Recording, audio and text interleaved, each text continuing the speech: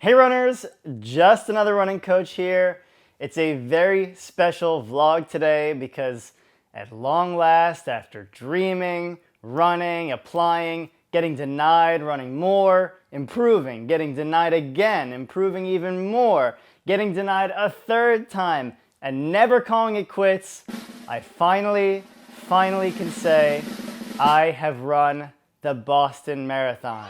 And today's video is going to be a full recap of the entire race experience from the moment I arrived to the race itself and the aftermath. But I promise I'm going to do my best to keep this as concise as possible, since I'm sure you don't want to hear me ramble on for hours and hours, even though I absolutely could. That's how much of a blast this entire experience was. Before we dive in, I'm going to be extremely cheesy here and express all of my gratitude. I mentioned this in my pre-race video, but I honestly never thought I would even get this far, and I won't deny that I put a lot of hard work in to get here, but it would have never been possible without the support of my family, my friends, people that I work with, and especially my girlfriend for putting it with all the idiosyncrasies of dating a runner on top of all my other idiosyncrasies. My doctors, especially Keith Benkov, who not only introduced me to the marathon, but helped me fight back against my Crohn's disease. Coach John Hirsch for coaching me in the early days. Jack Rabbit for connecting me with so many awesome people in the running industry. All of the running buddies I've made and shared miles with over the years, and my own athletes that I coach for inspiring me and motivating me to learn how to be the best coach, athlete, and ambassador for running that I can possibly be. I feel like this is the point of the speech where they start playing music to cut you off, so that's all I'm gonna say for now. Thank you for helping me on my journey and for letting me be a part of yours. All right, so how did we get here? Well, literally speaking, we drove, but figuratively, it was a much longer journey. Rewind to 2017, running my 5th marathon, which I dedicated to my Island School classmate and one of my very first running buddies, Katie Johnson. I ran my first BQ of 3:03:40, and at the time, it was a huge breakthrough for me since it was a 35-minute PR from my previous best. However, after waiting almost an entire year to apply to Boston, I later learned that it wasn't good enough due to the overflow of faster qualifiers. So 2018 rolls around, they lower the Boston qualifying standard to 3 hours flat, and I figure, okay, challenge accepted. I was pretty close to sub 3 anyway, so I took what I learned, trained a little harder, got a little faster, and I broke the 3-hour mark, thinking for sure that was gonna be enough. But after waiting another 10 months to apply, somehow it still wasn't. There were still too many qualifiers. And at that point, I realized if I'm really serious about getting into Boston, I gotta blow this qualifying time out of the water. So I trained really hard in 2019 and ran 2:54:08, almost 6 minutes faster than the qualifying time. I thought for sure it was a done deal. But there was another curveball this time, the pandemic. And because of the reduced field size and the pent-up demand to run the 2021 Boston Marathon, as crazy as it sounds, 2:54 was still not good enough. I was pretty sure I was cursed at this point, but thankfully the Boston Athletic Association was unusually generous this year and allowed people to apply with qualifying times dating back to 2019. So I was able to use my 2:54 again, and it just so happened that this year, everyone who applied got in, which was pretty awesome. Now, in my pre-race video, I talked about my training plan and how it was a little bit different from a standard marathon training plan, since I was also prioritizing the New York City half. I took a little bit of a risk and I created sort of a hybrid between a marathon training plan and a half marathon training plan, averaging about 40 miles per week for about 16 weeks. And the key half marathon workouts were usually on Wednesdays, while the weekends were reserved for marathon focused long runs. The biggest risk was the fact that I wasn't going all in on either style of training. You'd think they're pretty similar, but they're actually surprisingly different. And given how important each race was for different reasons, I was a little concerned that by trying to accomplish too many things at once, one or both of the races might actually suffer as a result. One of the biggest risks for sure was that my longest run was only 17 miles, which might sound like a lot if you're not familiar with marathon training, but it's actually the shortest, longest run I've ever done in the lead up to a marathon, and especially risky considering mile 18 is exactly where the wheels came off at New York back in November. So in a sense, this whole thing was going to be a somewhat ambitious experiment. And back in March, the first half of that experiment, pun intended, was a huge success. I took almost a full minute off my half marathon PR at the New York City half, finishing in 1:16:09, and it was just one of those days where everything clicked into place. I was over the moon. If you want to hear a little bit more about how that race went, I did a brief recap in my last video. Anyway, that was the road to Boston training-wise, and I was going in feeling pretty darn excited. So, arriving in Boston, the atmosphere was just incredible. It's like if you took the energy of Central Park in the lead up to the New York City Marathon and you just expanded it to the entire city. You could look in any direction down any street, and there was always a runner with a big smile on their face, and people were incredibly approachable. I found myself constantly chatting with other runners as I was waiting to cross the street, sitting and eating outside, just wandering around the city. And most of the time, I didn't even get their names, but it's amazing how in 30 seconds you can feel so connected with someone that you're willing to open up about your hopes, dreams, fears, and anxieties about the race. That's usually the case with runners, but it was cranked all the way up here. Occasionally, I'd bump into someone who had run the race before, and without a hint of judgment or entitlement, they would enthusiastically share their best pieces of advice and wisdom on how to approach the course. So, if I had to summarize the entire weekend's vibe in one word, it would definitely be celebratory. Given how hard it is just to get a spot in the Boston Marathon, everyone seemed really just happy to be there. So no matter what was going to happen on race day, I was having a good time. All right, without further ado, let's talk about race day. The morning started for me at 6 a.m., which was a very welcome change from my usual wake-up time for the New York City Marathon. Usually for New York, I have to get on a 5:45 a.m. bus, which means realistically, I need to wake up by 4:45 at the absolute latest. Not fun. It's cold, it's dark, and incredibly, the actual start time of both races is within 10 minutes of each other, with New York Wave 1 usually starting at 9:50 and Boston Wave 1 starting at 10. That's how much worse the logistics are for New York. So anyway, not only was it nice to wake up at 6, but the sun was also up, the temperature was bearable, and best of all, my family and I were staying with some very good friends, Merle and Steve, who live right around the corner from the bus to the start line, so I was able to literally roll out of bed and get on the bus. I also want to thank Merle and Steve for giving us the royal treatment in general. They were amazing hosts, and on top of cooking and taking care of us, they also gave me some additional throwaway clothes to keep me warm on race morning, which were very much needed. So I got in line for the bus. The whole process was a lot quicker than I expected. And next thing I knew, I was on what was probably an hour-long bus ride to Hopkinton, where it all begins. The Start Village was awesome, very well organized. The lines for the porta potties were thankfully very short. And fortunately, it was a very pleasant sunny day. So the grass was dry, making it super easy to lay down, relax, meditate, calm all the nerves. And at 9:15, we were ushered to another area, which was about a half mile away.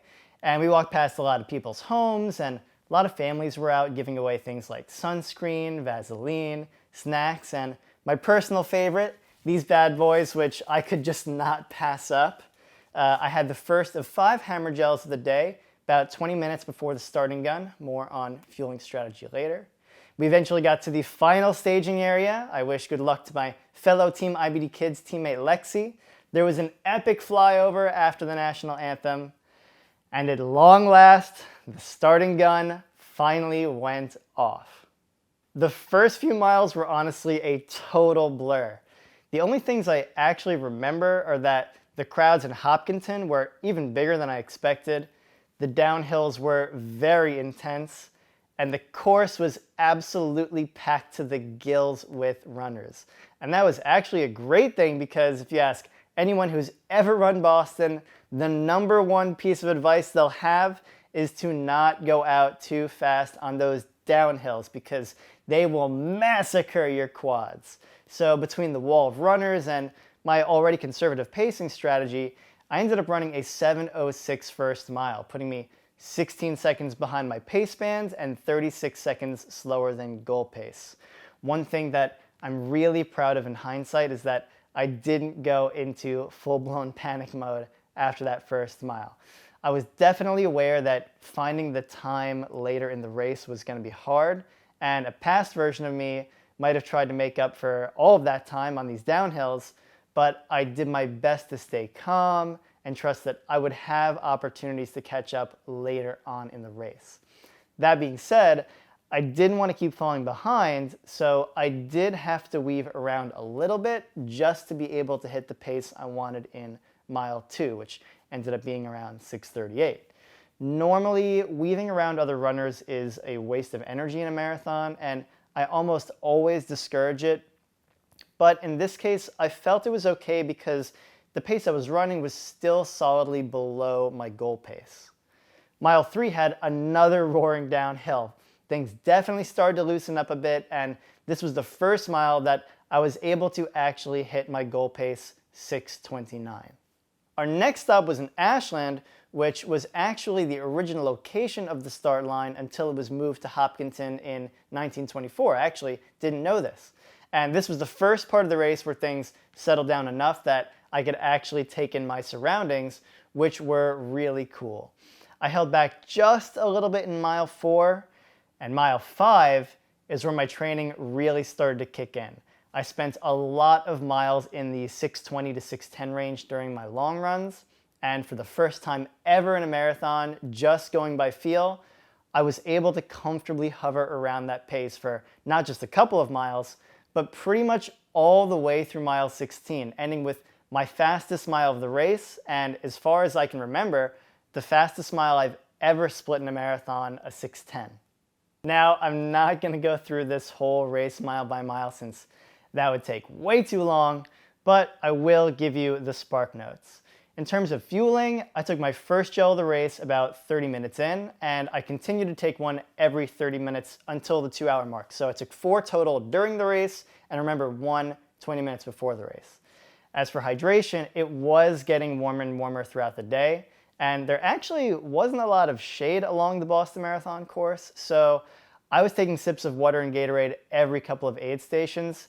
Definitely a bit more than I usually do at New York. Some of the more fun things I noticed along the way were a whole bunch of kids giving high fives while bouncing on trampolines, a couple of spectators dressed in full Bumblebee costumes, and the funniest thing I saw, hands down, was a giant printout face of Will Smith that runners could slap as they ran by.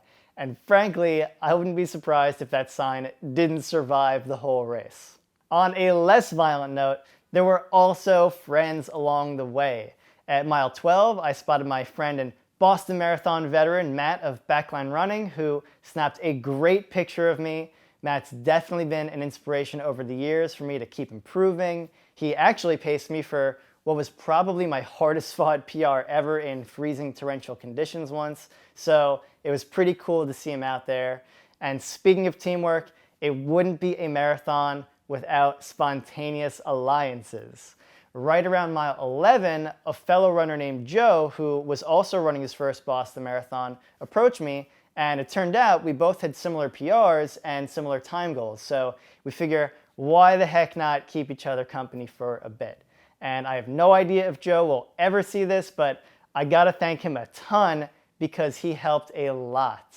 I probably never would have gone out of my way to have what was almost a full-blown conversation at this stage of a marathon, but I was really grateful for it because it wasn't just a great way to pass the time, but I think it really allowed both of us to gauge our effort and keep ourselves in check when it was still too early to push the pace. And man, did this guy end up pushing the pace.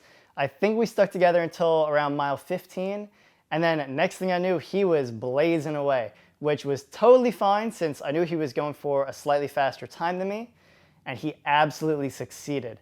He ended up running an amazing 2:45 on the dot. Huge congratulations to him. The last thing I have to mention about this stretch of the race was definitely the famous Wellesley Scream Tunnel. Wow, this absolutely lived up to the hype. First of all, you could hear it from literally a half mile away. And second of all, I don't care what people say about high fives being a waste of energy. This is one of those rare moments in life where you might as well be the freaking Beatles. You gotta live it up because it really is that special. I probably high-fived more college girls in those 30 seconds than I did in my entire college career, which is actually not saying much, but you get the gist. It was really awesome. Okay, so by mile 17, things are going really swell. My current time is 1:42.27. I'm almost exactly 1 minute ahead of my pacing strategy, and unlike this point at the New York City Marathon where my goose was pretty much cooked, I'm feeling pretty darn good. But there's one problem. Actually, technically, there's 4 problems. The dreaded Newton Hills. Mile 17's got the first one, which is just the appetizer. Mile 18's got the second one, which is short but painfully steep. Mile 20 has number 3. And finally, looming large at mile 21, the hill where time goals go to die a brutal death, Heartbreak Hill. I gotta say, coming from the New York City Marathon, I was kind of expecting and secretly hoping the Newton Hills were gonna be overrated, but wow, I was sorely mistaken. I did manage to hold my own pretty strongly through the first one, gaining another 14 seconds of cushion. The second one definitely took the wind out of my sails a little bit, but I did still come out a few seconds ahead of what I wanted. But it was mile 19 where things started to get really tough. And the most surprising thing about it was that mile 19 was supposed to be the easy part between hills 2 and 3. It's pretty much all downhill. But as I and many others before me have learned the hard way, it's not the uphills you have to be worried about at Boston. It's the downhills that kill you because your legs take such an extra beating when you land. And after a certain point, your legs just feel so tenderized that not only do the uphills feel harder than they normally would, but you're so sensitive to every landing shock that it's almost like your body doesn't even want you to be able to go faster. You just have to wrestle with it to avoid slowing down.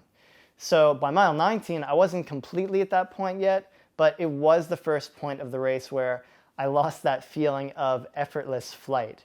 And with Heartbreak Hill ahead of me, it was definitely starting to feel like an all bets are off kind of situation. And just about a mile later, there it was, the one and only Heartbreak Hill. And it wasn't the steepest hill, but it was a long hill. I can definitely see how this is the make or break moment for a lot of people, especially at mile 21 when a lot of runners will hit the wall anyway. My strategy allowed for a 6:45 mile, but I just knew right away there was no freaking way that was going to happen. At this point, I was just hoping to get up there with some juice left for the last 5 miles. Thankfully, the crowds on Heartbreak were out in full force, and that really helped lift my spirits. There was a great sign that read, "Your training got you to Newton, your heart will get you to Boston." And that really resonated with me because even though I was struggling in that moment, it got me to take a step back and think about everything that led me to this moment. Not just the literal training block, but the last 10 years of training. And when I thought about how much it meant to me just to be here, painful as it was, that definitely made me think about the race as more than just a race. And time goal notwithstanding, I just really wanted to finish feeling like I left nothing on the table.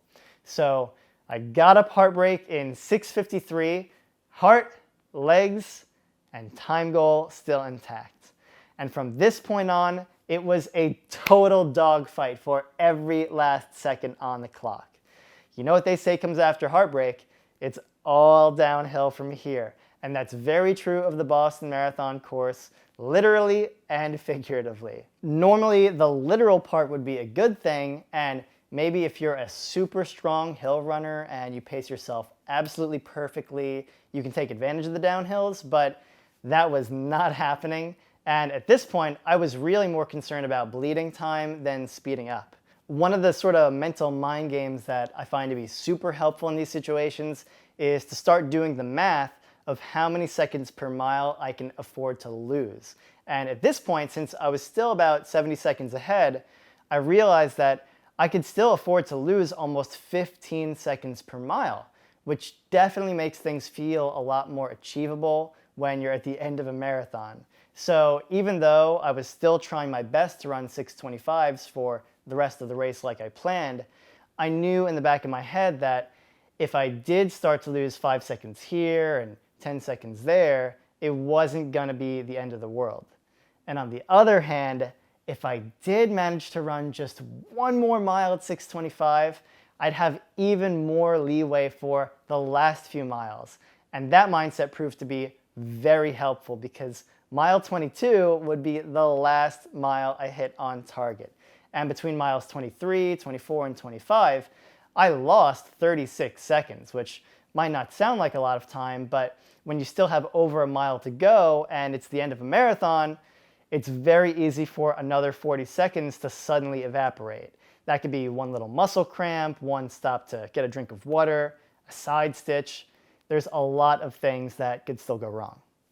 That being said, I was having an absolute blast at this point, in case you couldn't tell already. Running through Boston was just amazing, and what made this last mile even more special was the fact that I knew my family and the rest of my little cheer squad, Merle and Steve, Dan and Ben, Samantha, who was on FaceTime, and Amy, who I also met over the weekend and got some great tips from. I knew they were just before the finish line, so I was getting really amped up, feeling really motivated to finish strong, and by the time I could see them in the distance, I knew in my heart that I was going to hit my time goal. So it was just a very special and exciting moment to see them and also be able to celebrate with them as I was about to complete this journey that they helped carry me through.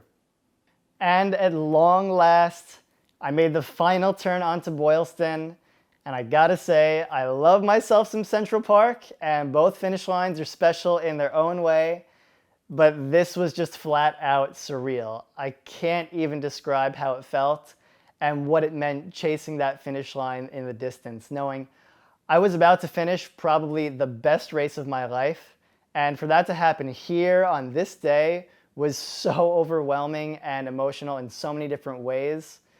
It's going to be a moment that I cherish and remember for the rest of my life.